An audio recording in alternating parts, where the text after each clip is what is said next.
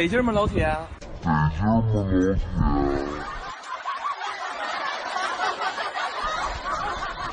？سلام علیکم. گوش کننده مردم، شماره چی میگم که کدام پروفسور گفته که گوشت گوسفند و دولت نیزالال داره. این دروغه، میفهمه دروغه، هیچی نمیکنه. هر روز هم میگه پا گفتین فقط ما را قربان میکنه. نه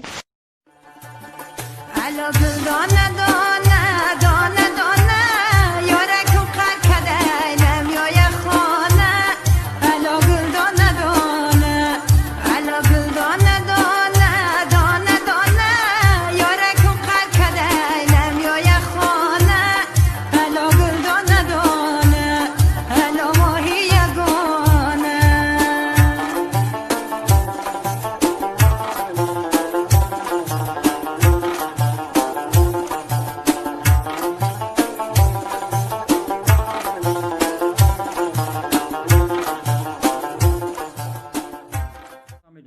شش کیلو برنج 2 کیلو سبزی یا پاشقه تخم این روز کپوس شوربا نمیخوره میگی بلین یا میتاک بیا دختر است موس میزنه یا میتاک بیا زنگ میزنم ای دختر اوجا نمیزه پون بچه و بزران نمیزه اوجا از صغیره سرت اوخی از سرت میگم چولدونک مادر یافتم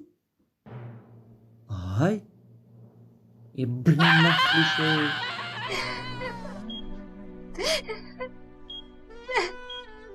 چیکار کنیم؟ یک دقیقه حیاتمان مانده است.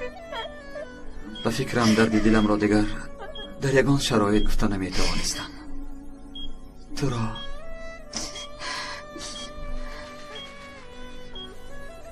دوست میدارم حلیمه،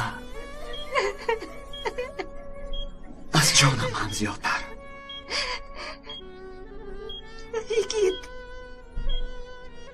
از کار این دنیا فقط از یک چیز میترسیدم. این لایک نموند